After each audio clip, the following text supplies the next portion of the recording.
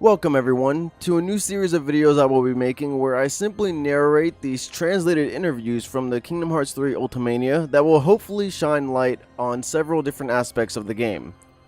This is all thanks to Luna Secret on Twitter who translated these interviews. However, the only precaution that I and she would give is that these translations are not perfect and there could be mistranslations within her work.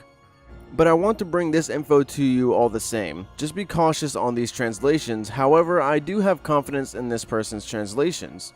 I won't give too much personal input on these interviews, but I may give some thoughts on the info at the end of me reading them.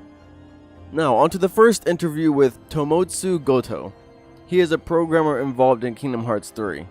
He previously worked on Kingdom Hearts Chain of Memories, Birth by Sleep Final Mix, Dream Drop Distance, as well as 2.8. Q. What kind of work were you responsible for? A.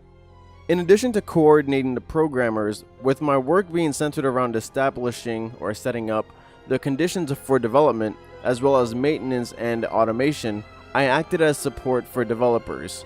In the case of programming an actual game, it's necessary to draw out the performance of a console that runs that game. But when establishing development conditions, the goal becomes drawing out the performance of the developers. To that end, more emphasis was placed on increasing the efficiency of development. Q. What part or piece did you give your opinion on as a programmer? A. These days, game platforms or consoles allow for diverse expressions. So orders from the planning staff and designers tend to focus on direction, like in a stage play, and appearance.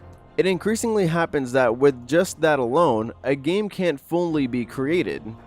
So in such times, passionate feedback from veteran programmers flies around. Q. Was it difficult to work on the PS4 version, Xbox version, and also the international version all at the same time? A. Creating a game package was tough. Including the international versions, there were 3 for the PS4 and 2 for the Xbox One, bringing the total to 5, Japan and international versions. Each had 3 different development versions, and it was a struggle to finish updating everything every night. Q. Please tell us something about the development process that you won't forget. A. Compared to Kingdom Hearts Dream Drop Distance, this was a challenge. Being on the latest high-performance machine, so initial development had a bit of a fumbling start. Among the programmers, there was a generational gap in ability, and even now, the weekly study meetings we had together is a good memory for me. Bonus, a secret about the game only you know. The Fantastic Seven, or the Seven Puddings, were a favorite for Taisu, the co-director, but the programmers had planned to cut them from the game. But at the last moment, a savior appeared, and in the end, Yasu's tenacity bore fruit. That's it for the first interview, on to the next. This is an interview with Masashi Nakamichi, also a programmer. He also worked on Chain of Memories, Birth by Sleep, Recoded, Birth by Sleep Final Mix, Dream Drop Distance, and 2.8. Q. What kind of work were you responsible for? A. Things like coordinating the implementation of enemies into the game, expanding the development engine, and work related to the camera. Q. Was it difficult to work on the PS4 version, Xbox One version, and also the international version all at the same time?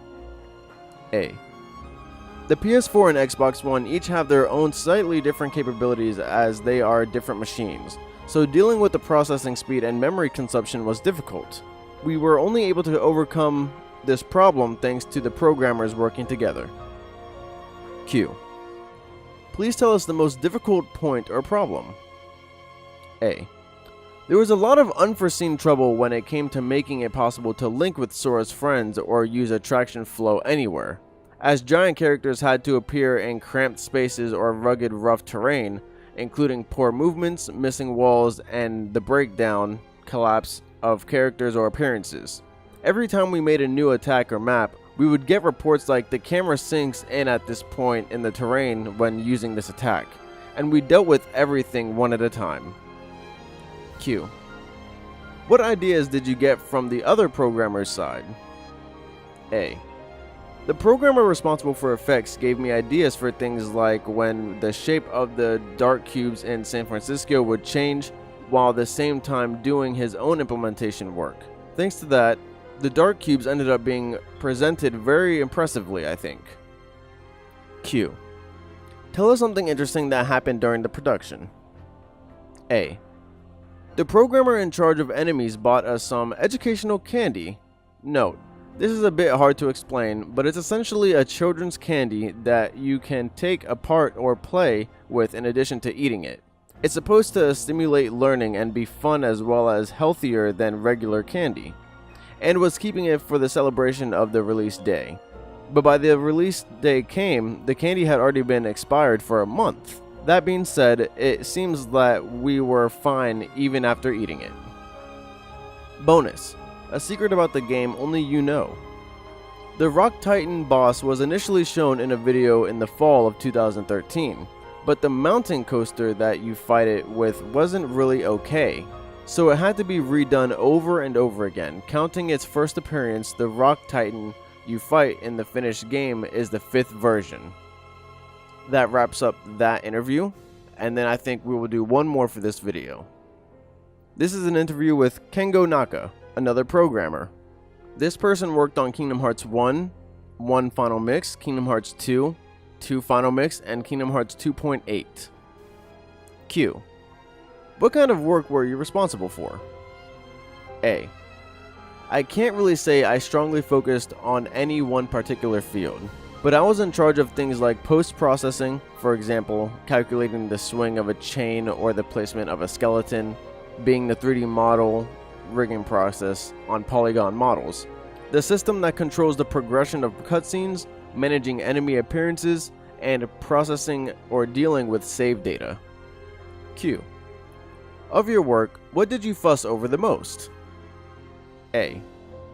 It's not something that players can directly feel, but to improve efficiency and be able to create a better game, the structure of loading the texture data and management of enemy appearances was redone many times. Q.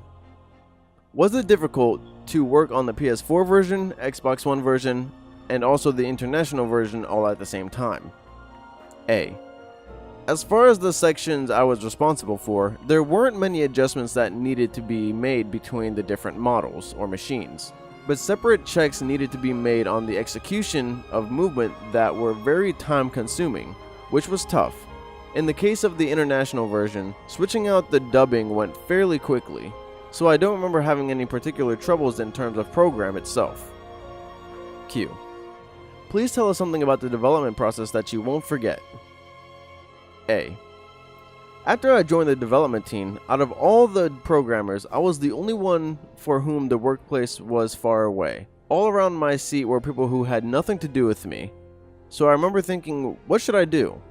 Additionally, during the final stages of development, the configuration of the animation data compression had to be changed, and when the editor in charge started up, it took an immensely long time, so I was told that you could hear cries of anguish and roars of anger echoing through the team members. I'm sorry, but I wish that the size of the data had been smaller. Bonus, a secret about the game only you know. During production, I accidentally saw a horrifying image. The framework of a character's model acted up and created a scary image, like a horror movie, I guess almost like a scare face, that we absolutely could not display to the public. Of course, during the debugging period, we fixed this. I think that'll be all for today's video. These interviews were definitely interesting, but to me that there was nothing really too intriguing as far as extra information to the actual lore of Kingdom Hearts, so there's not much that I can really speak on with this as far as my own opinion, but these interviews were definitely interesting. Thanks again to Luna Secret for the translations. Go ahead and follow her on Twitter. Subscribe to me if you're not already, and again, like this video if you did enjoy it, and activate those notification bells so that you can be notified whenever I make a new video. I hope you guys enjoyed this, and I will see you guys in the next one.